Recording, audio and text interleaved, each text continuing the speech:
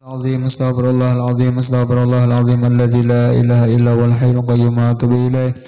قالوا سبحانك لا علم لنا إلا ما علمتنا إنك أنت العليم الحكيم ولا حول ولا قوة إلا بالله العلي العظيم ولا حول ولا قوة إلا بالله العلي العظيم العزيز العليم عدد كل حرف كتب ويكتب أبد الآبدين ودهر الداhirin radhiyallahu anhu wa ankum an jamil muslimin wa qala radhiyallahu an.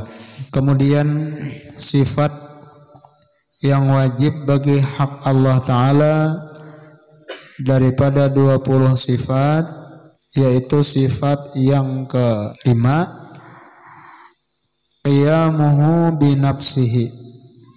Pertama wujud, kedua qidam, yang ketiga baqa, yang keempat mukhalafatuhu ta'ala lil hawadith, yang kelima qiyamuhu ta'ala binafsihi. Qiyamuhu ta'ala binafsihi ay bidzatihi, artinya yang berdiri ia dengan sendirinya.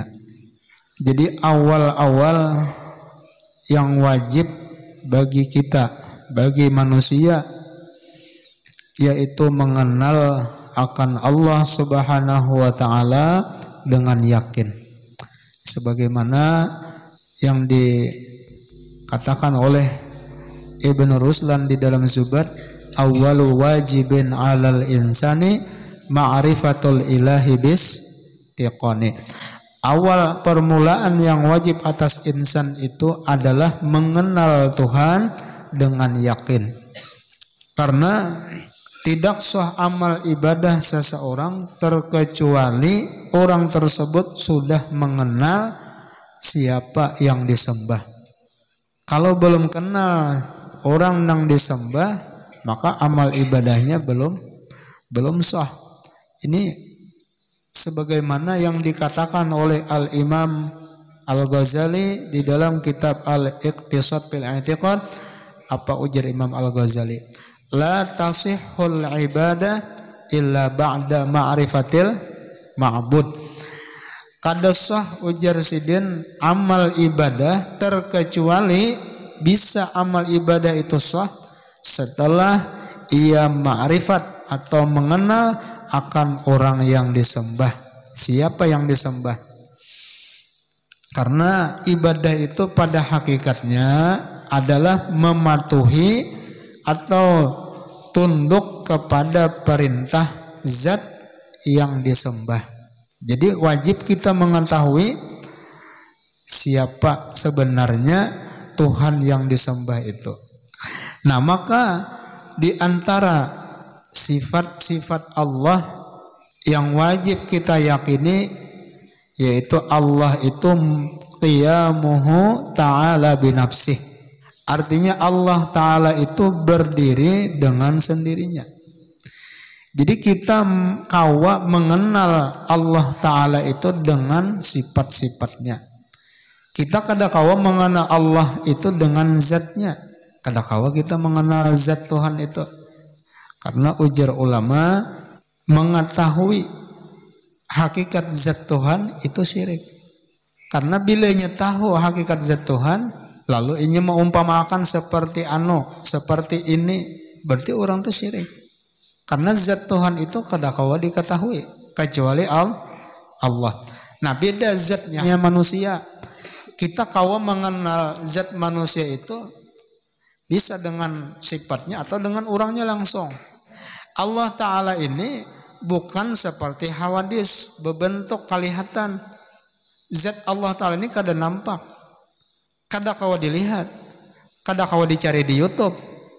Oleh aku nak mencari zat Tuhan, buka di YouTube ya lah, buka di Google, kada kawa.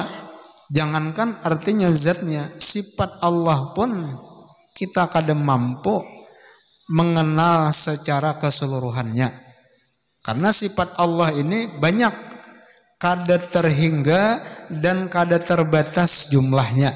Nah, tetapi kita diwajibkan untuk mengenali sifat Allah Ta'ala itu hanya 20 sifat.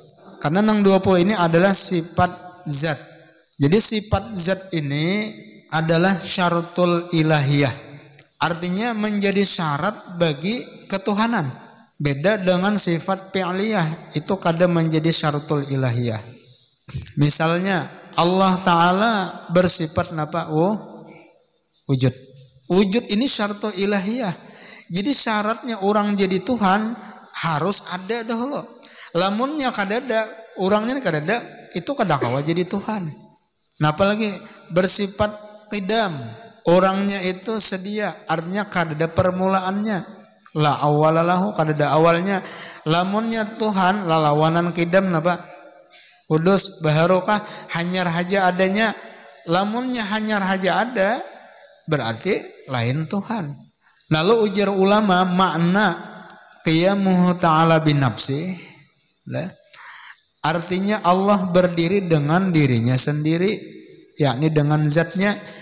Mustahil lalawanannya qiyamuhu ta'ala bi ghairi, artinya berdiri Allah Ta'ala dengan selainnya. Artinya Tuhan berhajat kepada yang lain. Lalu di situ maknanya apa? Ada muhtiyajihi ta'ala ila syai'in yaqumu bihi aw mahallin yahillu fihi aw mukhassisin yukhassisuhu aw mujidin yujiduhu. Jadi Allah Ta'ala itu kada berhajat kepada sesuatu. Artinya Allah Ta'ala terkaya daripada segala sesuatu. Bahkan segala sesuatu itulah yang berhajat kepada Allah. Jadi makna sederhananya qiyamuhu ta'ala binafsih, berdirinya Allah dengan dirinya sendiri, dengan zatnya, itu memberikan 3 pemahaman atau 3 pengertian. Yang pertama, makna maksud berdiri sendiri, artinya Allah itu kada butuh kepada tempat untuk ditempati atau didiami. Yang kedua, makna berdiri sendiri itu memberikan pemahaman Allah itu kada butuh kepada zat untuk ditempeli. Tuhan kada berhajat lawan zat, karena Allah itu sudah zat. Yang ketiga, Allah Ta'ala kada butuh kepada pencipta. Allah Ta'ala kada berhajat kepada orang yang menjadikan, karena Allah sudah ada. Jadi Allah itu zat, artinya lain sifat. Apabila Allah Ta'ala dipadahkan berhajat kepada tempat, berarti Tuhan itu sifat. Sedangkan sifat kada mau bersifat. Sifat tuh kada mau memiliki sifat. Ujar ulama, as-sifat la tattasifu bisifat. Kada mau inya bersifat. Mudahan dipahamakan lah. Jadi makna qiyamuhu ta'ala binafsih ini artinya Allah Ta'ala kada berhajat kepada apapun, siapapun, lawan makhluk, lawan yang lainnya, tetapi seluruhnya berhajat kepada Allah. Nah dalilnya Allah Ta'ala bersifat qiyamuhu ta'ala binafsih. Nah pada dalilnya, jikalau Allah Ta'ala, ini dalil aklinya tadi lah, jikalau Allah Ta'ala berhajat kepada zat atau tempat, niscaya Allah itu sifat. Kalau Allah Ta'ala itu sifat, niscaya apa? Tiada memiliki, ia akan sifat ma'ani ma'nawiyah. Karena keduanya sifat ma'ani dan ma'nawi itu wajib berdiri kepada zat. Berarti nyatalah Allah Ta'ala itu kada berhajat kepada zat, karena Allah itu sudah zat yang memiliki sifat ya lah. Nah dalilnya apa? Firman Allah Ta'ala, ya ayyuhan nasu antumul fuqara'u ilallah wallahu huwal ghaniyul hamid. Dalilnya Allah bersifat qiyamuhu ta'ala binafsih, wahai manusia, antumul fuqara ilallah, kalian itu fakir. Maknanya apa? Muhtajuna ilaih, aihum muhtajuna ilaihi ta'ala fi jami' harakat wasakanat. Jadi seberataan makhluk manusia itu berhajat kepada Allah Ta'ala di dalam seluruhnya. Bukan hanya berhajat kepada nikmat yang Allah Ta'ala berikan, bahkan gerak dan diam pun kita berhajat kepada Allah. Wallahu huwal ghaniyul hamid. Maknanya apa? Ai huwal munfaridu bil ghaniyyi wahdah. Artinya Allah menyendiri dengan kekayaan, dengan sugih, dengan kada berhajat. La syarikalah, kada ada yang mensyarikati baginya. Nah, jadi Allah Ta'ala ini maha kaya, orang nang maha sugih, al-ghaniyul mutlak, sugih yang kada ada batasnya. Kalau manusia, makhluk sesugih-sugihnya pasti bahajat. Misalnya orang beisi kendaraan, lawan nang beisi sapida, berarti nang sugih siapa? Nang beisi sapida itu apa? Susah lah, orang pakir. Nang bakandaraan sugih. Lalu dibanding pulang lawan orang nang bermobil. Jadi nang bakandaraan tuh napa ngarannya pulang? Susah kah sugih kah? Susah iya, sugih iya aja. Nah, jadi seberataan makhluk itu pakir, bahajat berataan lawan Tuhan, bahajat berataan lawan Allah. Nah, dan lagi firman Allah Ta'ala, wallahul ghaniyyu wa antumul fuqara. Dan bermula Allah Ta'ala itu maha kaya, an kulli ma siwa, daripada setiap selain daripada Allah Ta'ala. Tuhan terkaya, Tuhan kada berhajat. Jadi Tuhan menciptakan makhluk, maulah alam semesta. Tuhan kada ada mengambil sedikit pun gharad, manfaat atau tujuan atau hajat, kada ada ya. Bahkan ujar Allah Ta'ala di dalam hadis qudsi, innama khalaqtul khalqa liyarbahu alayya walam akhluqhum liarbaha alaihim. Aku jar Tuhan menciptakan makhluk ini supaya si makhluk ini mengambil manfaat, mengambil keuntungan lawan aku. Bukan aku jar Tuhan menciptakan makhluk ini untuk mengambil keuntungan lawan makhluk, ada. Jadi Allah Ta'ala kada bahajat lawan iman kita. Kita nang bahajat beriman kepada Allah. Allah kada bahajat lawan ibadah kita. Tapi kita yang berhajat beribadah kepada Allah. Seandainya seluruh alam semesta maksiat berataan, apakah kerajaan Tuhan runtuh? Apakah kekuasaan Tuhan hilang? Apakah Tuhan kada qiyamu binafsih lagi? Tetap Allah Ta'ala itu qiyamuhu binafsih. Alhamdulillah. Seandainya bang beriman seluruhnya, berataan, beribadah, apakah Tuhan mengambil manfaat dengan amal ibadah makhluk? Apakah bertambah kerajaan Tuhan? Kada. Jadi kita ini diciptakan supaya kita berhajat kepada Allah. Kita nang menghajatkan iman kepada Allah, menghajatkan ibadah kepada Allah, menghajatkan amal lawan Allah. Allah sedikit pun kada bahajat lawan kita. Karena Allah Ta'ala itu qiyamuhu binafsih. Dan lagi di dalilnya di dalam Al-Quran, qul huwallahu ahad, Allahus samad, lam yalid wa lam yulad wa lam yakul lahu kufuwan ahad. Napa artinya Allahus samad? Allahus samad. As-samad itu Allah artinya adalah as-samad. As-samad tempat berhajatnya segala makhluk, tempat bergantungnya segala makhluk. Jadi seluruh makhluk berataan itu bahajat kepada Allah. Allah sedikit pun kada berhajat lawan makhluk.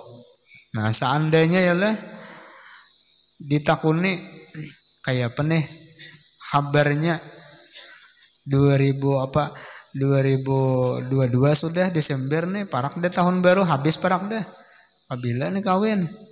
Nah iya amjarlah masalah kawin nih terserah nang di atas saja. Itu hati-hati perkataan itu. Kalau inya mengatakan tasarah yang di atas, maknanya inya memadahkan Tuhan, itu perkataan itu menisbahkan bahwa Allah itu berisi tempat. Kalau Allah Ta'ala bertempat, berarti Tuhan bahajat lawan tempat. Ini keyakinan lain ahli sunnah wal jamaah. Di dalam Al-Quran ataupun hadis, inya ada ayat muhkamat, ada ayat mutasyabihat. Nah, kalau ayat mutasyabihat ini kada kawa kita memaham dengan pemikiran akal saurang. Kita berhajat kepada para ulama-ulama ahli tafsir. Ini nang bisa jadi salah paham. Wa yabqa wajhu rabbika dzul jalali wal ikram. Kakallah muha Tuhan engkau. Berarti Tuhan itu bermuha lah. Yadullah fauqa aidihim, tangan Allah di atas tangan mereka. Berarti Tuhan bertangan lah. Lalu jadi apa? Mujassimah, menjisimkan Allah Ta'ala, memadahkan Tuhan itu berbentuk, berjisim, bertangan. Maka Tuhan itu mukhalafah. Nah makanya ujar ulama di dalam Jawharatut Tauhid, wa kullu nasin auhamat tashbiha awilhu aw fawid warum tanziha.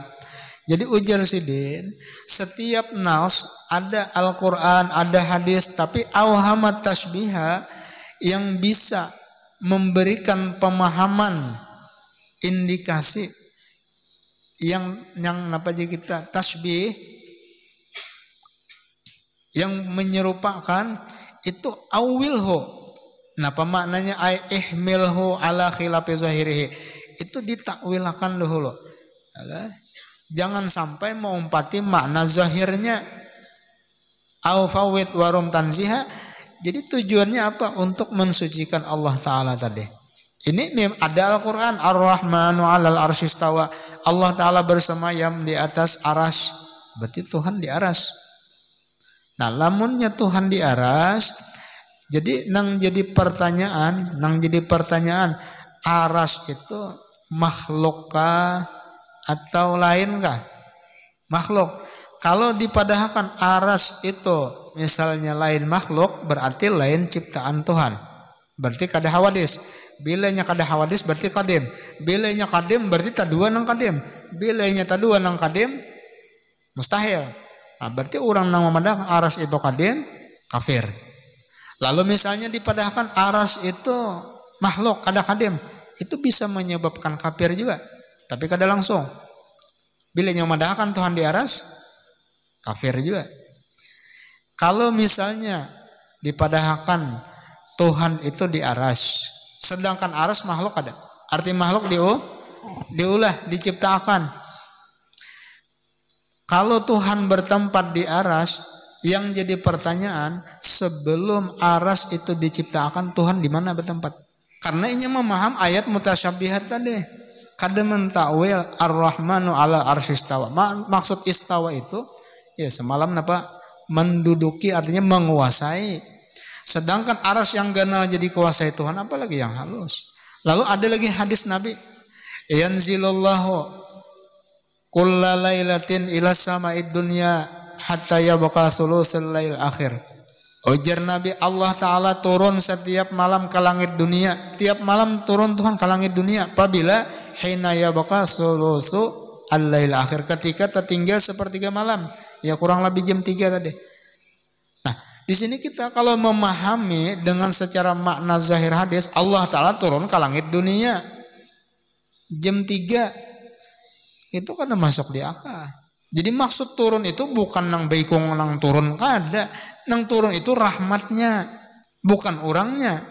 Ini pemikiran, artinya nang sesat menyesatkan. Kalau memadahkan Allah Ta'ala itu kita bersemayam di aras, duduk, kemudian turun pulang tiap malam, turun ke dunia. Ini maksudnya rahmatnya nang turun tiap malam. Maka ujar Allah Ta'ala nih di dalam hadis Nabi tadi, mayyad'uni fa'astajibalahu. Ayo siapa-siapa nang bangun di tengah malam meminta kepada aku, maka aku kabulkan ya Tuhan. Wa man yas'alani fa'utihi. Siapa-siapa nang meminta lawan aku beri. Wa man yastaghfiruni fa'ghfiralahu. Siapa yang meminta ampun, maka aku ampuni ya Tuhan. Diampuni ya Tuhan orang nang meminta keampunan lawan aku. Nah, jadi kita ini disuruh mengenal Allah Ta'ala itu melewat sifat-sifatnya, yakni sifat 20, yaitu sifat zat tadi.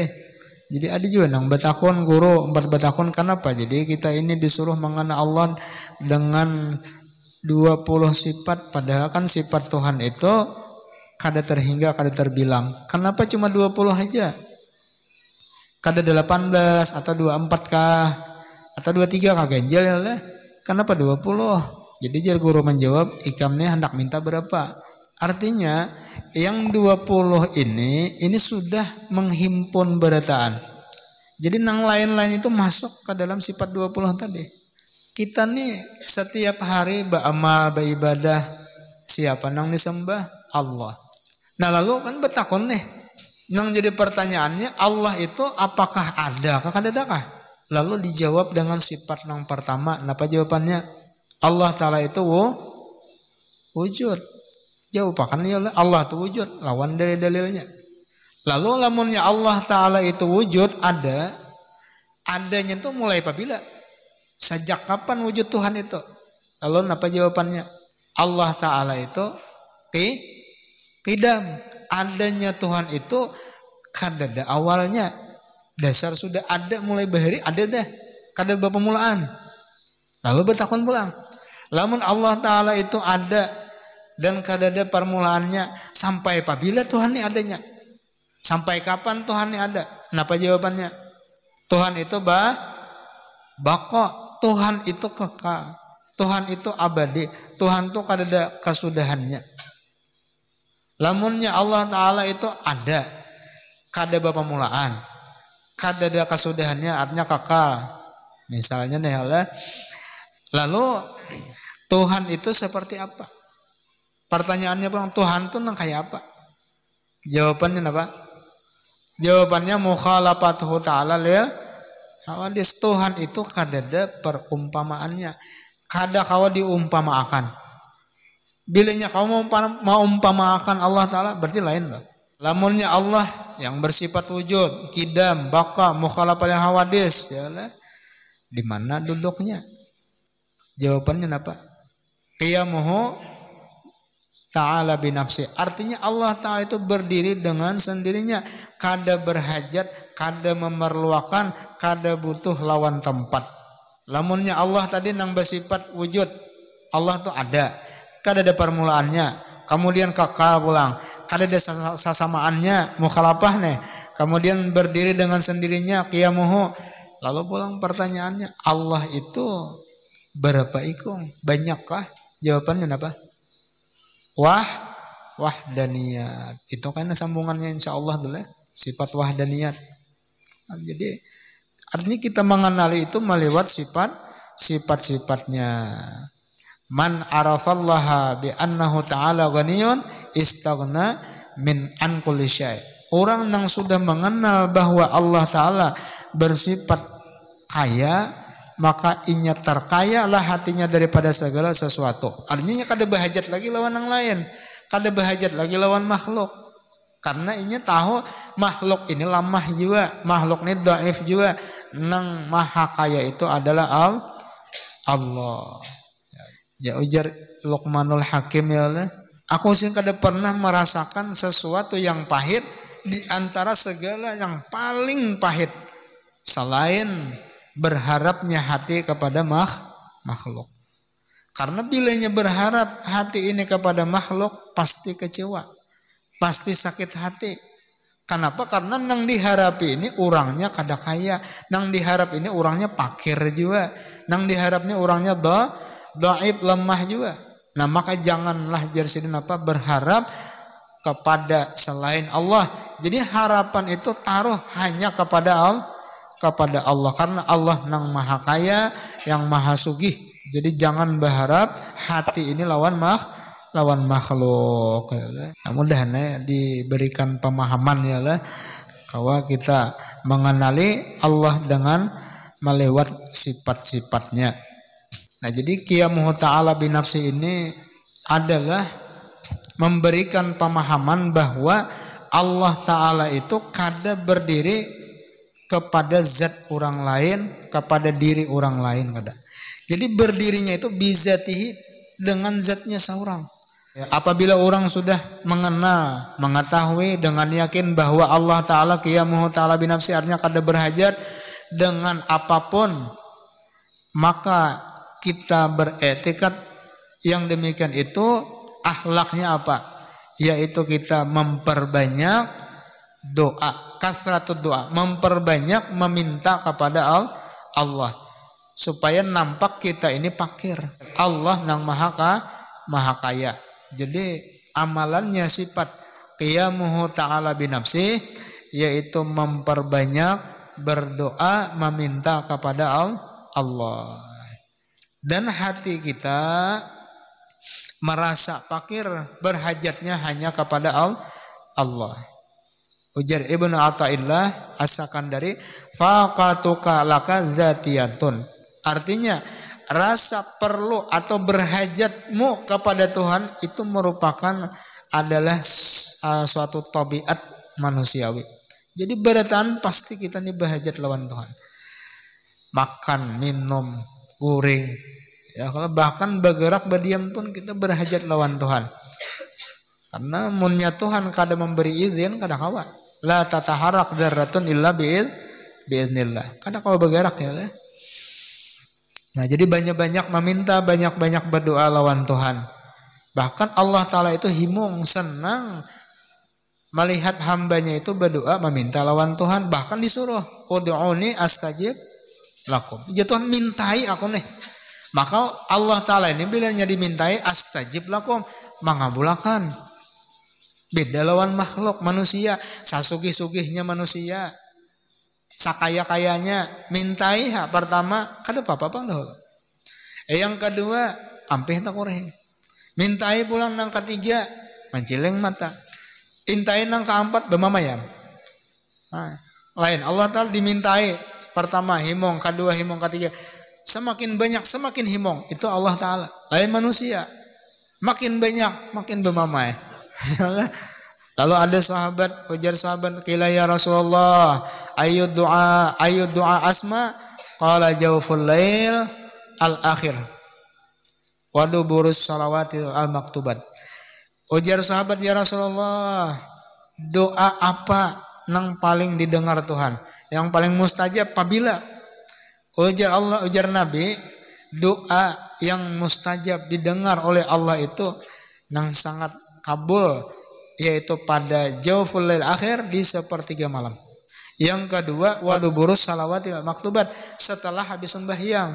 Makanya kita kan disuruh nih habis sembahyang, assalamualaikum warahmatullah, assalamualaikum warahmatullah, disuruh membaca wirid, disuruh berdoa, karena kita nih berhajat lawan Tuhan. Jadi kita ini sebenarnya dipanggil oleh Tuhan 5 kali dalam sehari. Hayya 'alas shalah. Ayo sembahyang. Kada kau ke masjid dilanggar. Jangan dah jalan lah. Kada kau dilanggar di rumah. Sembahyang. Hayya 'alal falah. Mendapat kemenangan. Jadi kita ini butuh lawan Tuhan, berhajat kepada Tuhan. Tuhan panggil kita. Ternyata apa ya?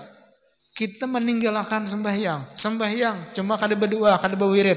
Orang baca wirid, doa Allahumma antas salam wa minkas salam. Ini kada langsung bukahan, wah mantas jalan. Amanakah ya lah, mantas. Itu hakikatnya orang itu dikeluarkan Tuhan daripada tempat nikmatnya tadi, rahmatnya tadi. Cuma kada sadar. Sama nang kayak orang masuk ke rumah orang sugih tapi diusir. Jangan makan di sini, jangan minum di sini. Kita nih sebenarnya pinanya kita pernah meninggalkan masjid, meninggalkan wirid, meninggalkan sembahyang. Padahal hakikatnya Tuhan yang meninggalkan kita. Tuhan yang mau usir. Cuma kada sadar. Nah, jadi jangan sampai kada berdoa habis sembahyang, minta lawan Tuhan, karena ketika habis sembahyang doa itu dikabulkan Tuhan. Di dalam hadis qudsi ujar Allah Ta'ala, ya abdi lau anna awwalakum wa akhirakum lau anna awwalakum wa ukhrakum wa insakum majinnakum qamu fi sa'idin wahid fasa'aluni fa'ataitu kulla insanin mas'alatah ma naqasa dzalika mimma indi illa kama yanqusul mikhyat idza udkhilal bahar. Ujar Allah Ta'ala, wahai hambaku, seandainya mulai awal manusia nih sampai akhir zaman atau jin beretaan bakumpul di tanah lapang di satu tempat nih, lalu beretaan tuh meminta aja Tuhan lawan aku, niscaya aku berikan seluruh permintaan mereka itu. Setiap orang diberi Tuhan. Lalu ujar Tuhan, mana qasazali kami ma'indi, maka kada akan berkurang apapun yang aku miliki, melainkan seumpama, seandainya kurangnya itu diumpamakan itu seperti jarum dicelup ke dalam lautan lalu ditarik. Adalah anu banyu nang beriket di jarum, ada kalau tas beriket di jarum banyu sakadar itu aja diumpamakan toh. Jadi Allah itu al-ghaniyul mutlak, kaya nang kadada batasnya. Lain kita ini sakaya-kayanya masih berhajat juga. Nah lalu kita berdoa meminta lawan Tuhan, apa adabnya? Jadi kan orang meminta tuh ada juga adabnya, kadang asal minta tuh. Ujar ulama yang pertama di antara adabnya orang nang berdoa, menghendak doa itu cepat dikabulkan Tuhan. Yang pertama taubat daripada segala dosa. Taubat daripada maksiat, karena dosa dan maksiat itu menjadi sebab penghalang daripada terkabulnya doa. Yang kedua, ketika kita meminta lawan Allah, hati kita yakin bahwa doa kita ini dikabulkan. Jangan waktu meminta berdoa nih dikabulkan juga kah, oleh itu nih kada aja lah. Hajin kada sakun aja.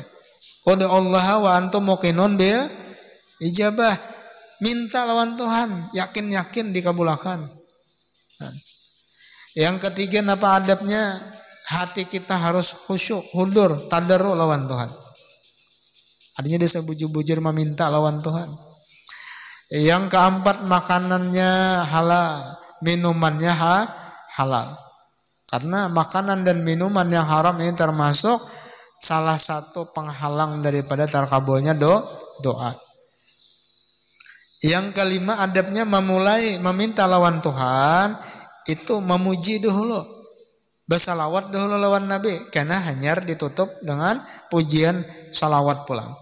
Jadi kayak itu juga mun kita ini adalah meminta, jangan langsung dipuji dahulu. Namanya napa? Pindah malam ini pindah bungas benang kau lihat. Kemudian kayak bulan purnama berseri-seri. Nah, ini kadang langsung buka aja. Nyata ya orang ada akunnya lah. Dipuji dahulu, disenangi dahulu.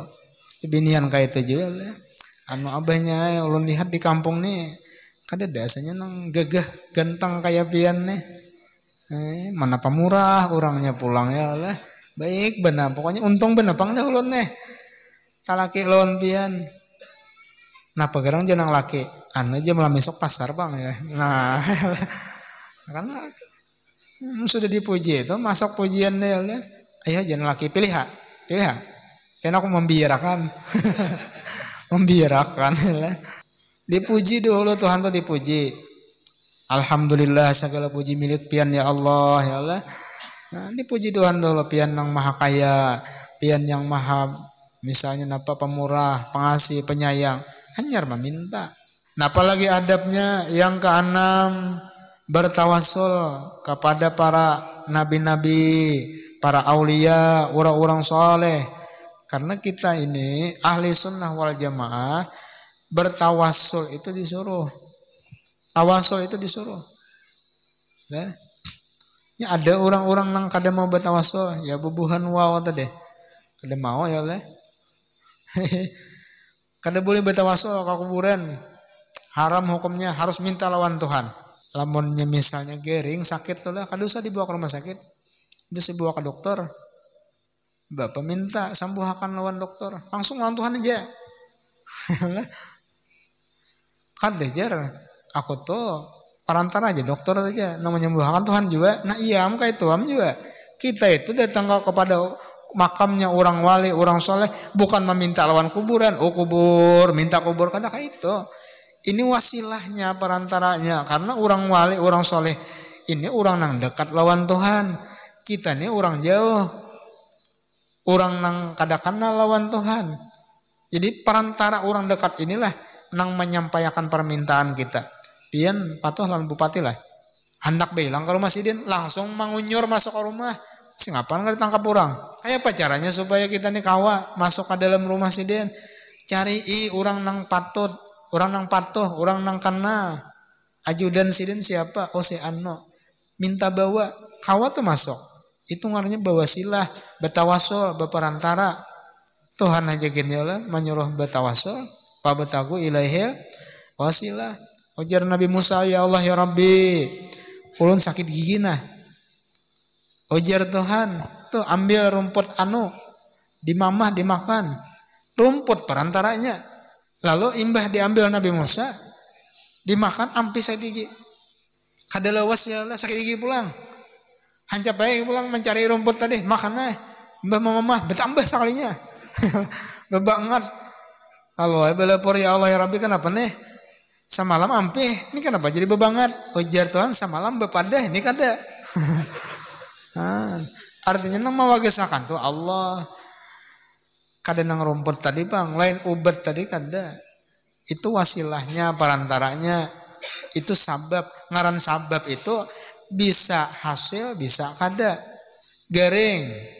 Kayak apa caranya supaya wagas? Minum obat. Obat tuh sabab. Bisa lah orang minum obat itu sembuh? Bisa. Pastilah sembuh lah minum obat.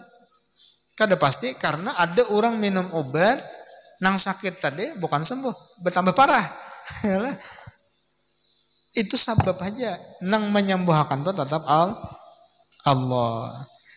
Ini kada ya lah bemamai dokter nang dimamai. Dasar dokter nih aja. Mantri ini aja mantri aku nilin Allah Ta'ala. Aku nih mansariati aja. Masalah mawagesakan tuh urusan Tuhan. Nah jadi kita disuruh betawasul lawan orang-orang soleh, lawan aulia, lawan nabi-nabi. Supaya doa kita itu cepat kabulnya. Ya. Nah yang ketujuh pulang adabnya apa? Dalam keadaan suci, berudu. Nah minta tuh adabnya tuh. Kita aja tuh lah meminta lawan orang. Tentu kita tuh apa ya? Pasti sopan. Naik ke rumah orang, assalamualaikum, waalaikumsalam, Pak Haji, kayak Pak Barbian, alhamdulillah baik, Presiden. Boleh kau nih masuk, silahkan, Presiden. Ulun duduklah, ye, kan bagus ngarannya. Nah, jadi bagus juga, Bang, adab tuh dipakai ya lah. Bahari ada santri nih, datang bilang ke rumah guru di Pamangkeh ya lah. Jadi datangnya bilang, bapak dah nak bulik beli kampung. Assalamualaikum, waalaikumsalam, Presiden. Hanya naik langsung mengunyur dalam rumah. Siapa sih menyuruh masuk? Ada jadi masuk ya bebulik pulang ke muka lawang. Berdiri muka lawang. Masuk ya sih. Hanyar masuk. Kalinya duduk. Sini siapa menyuruh duduk?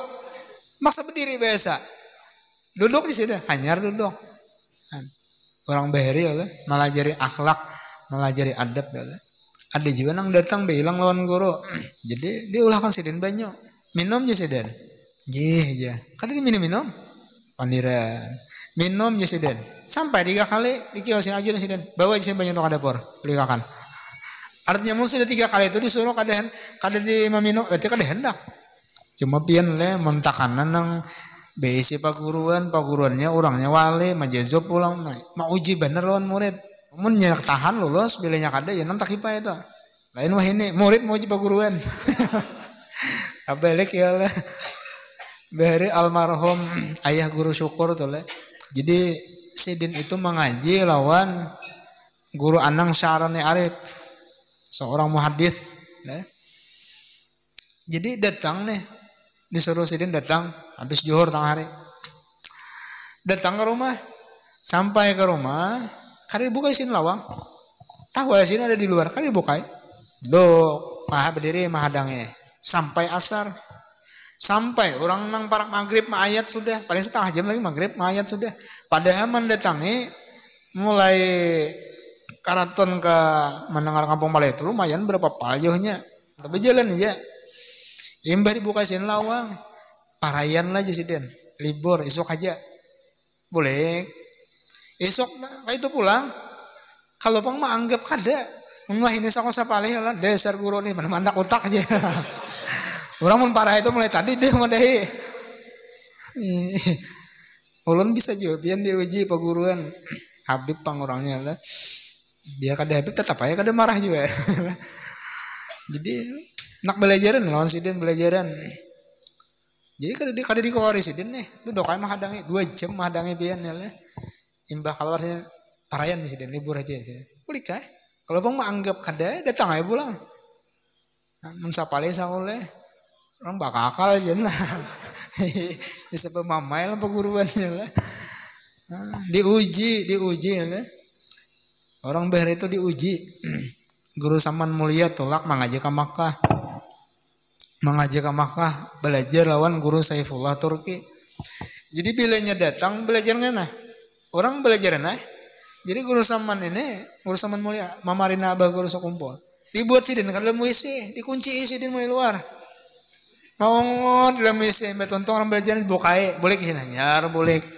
Karena dulu dia belajaran datang, kamu sini kasih tahu aja, bah masuk dalam WC kunci sidin pulang, kayak itu berapa 3 bulan diuji oleh pak guruan. Jadi sampai kekawanan sidin, banyak aja guru yang lain kalau, banyak aja kalau guru aja kan saya kong itu aja kalau, malas nih melihat, cuma kada tetap. Sudah 3 bulan hanyar lulus diuji pak guruan. Imbah itu napa? Duduk disuruh sidin di muka.